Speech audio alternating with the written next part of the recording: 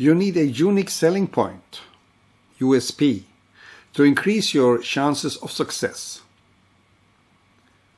You need to be different in a good way. That's the secret for your success with your business. Congratulations!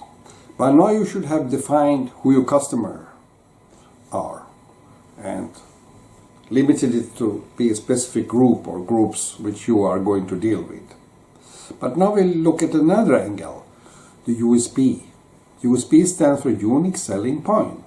And to have a unique selling point is very important to have a success normally. It depends little on what you are doing, but in normal cases, to be unique one way or another will improve your chances of success a lot. Let me start at the other angle, doing it wrongfully from the USP point of view. There are cultures and places that doesn't follow USP, and they may have problem with that. I deal a lot with India, and as a result I have seen that India is not doing so much USP, they do too much instead of copying business. And that gives them certain problems. Sometimes it works, sometimes it doesn't work at all. There can be limitations when there are too many doing the same thing. There can be too many in the same sector, so everybody doesn't get so much business. But in one case, India had still worked even if they was copying each other, and that was when they had this software development and call centers. And why did it work? Because they were unique in the way that they had different customers, different buyers. They did the same thing, developing software or running a call center, but the difference was the different buyers. So they still had some unique elements to it.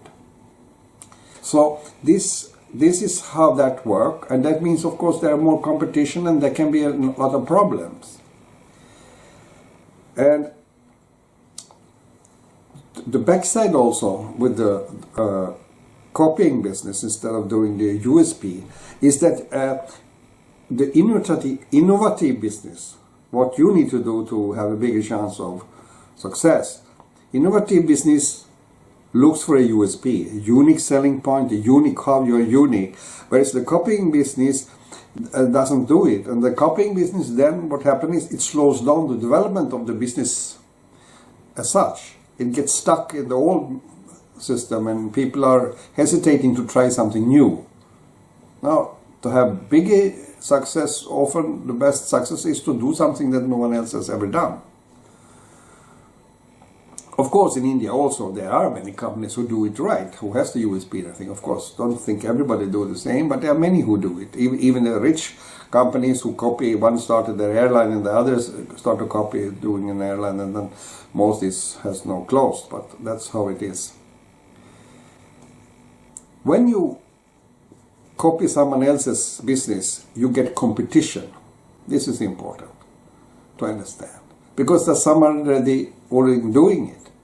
If you are selling t-shirts and want to sell that, tourist t-shirts on a tourist place, for instance, and if there are a number of others already selling there, you have competition. And typically, not always, but typically it's so that when you do that, you sell the same thing as someone else do, or even over internet you sell a service that someone else is already doing, then there is a big chance that the old players, they have so much muscles that they can compete so hard with you that you are kicked out from the market in reality. This must be understood. If you open up a cafeteria on a street where there are already 3 cafeterias, normally that will not be a good idea, because they are already there. There is a competition and they have their own customers, and why should they come to you? But if you place the cafeteria, for instance, in another place, a unique place which no one are since before, then it can be USP. You are unique on that point. You can also be unique by your pricing. Sometimes low price is a good idea, that you are lower priced than another, but then you must really calculate that you can do it. Or you have a high price because you're selling luxury variants of something and people want to show off and show that they can afford these more expensive things, and that will work if you are doing higher prices. It can also be quality and other things. These are examples of many on what you can do. It's all about that you need to get customers, and customers who select you. That's how you generate your business. And at least to some extent, you must be unique, have a unique selling point that the customers will buy for you because of so and so, which is different from others because of C and so. During this part of the course, we will take up this from 4 different possible angles, talking about 4 different angles in how to create a USP. And during each step, I will explain during that step how you should think, and you can do this thing, go through your business idea on each 4, so and see, can you find a USP there? You don't need to have all 4 aspects, no, it can be enough to have one thing, but you should find something at least that you can use. So you should analyze if your business idea has a USP or not, and if it doesn't have it, how can you give it a USP? That's important. So in this part, we will talk about 4 different possibilities. What you do, where you do it, how you do it, and your extras, and how these points can be a part of your USP. Select one or more USPs for your project. They are different groups, so you can select from all of them or one of them or whatever is suitable for you. And make it optimal number of them. If you have too many USP, maybe you are so unique that it's not going to work because of that.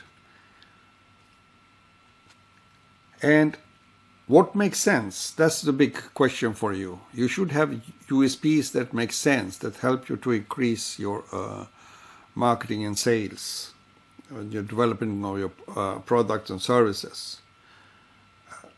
Depending on the circumstances, in few cases maybe you don't need a USP, but normally you should have a USP, and you should have enough number and the right right types in order to optimize your success.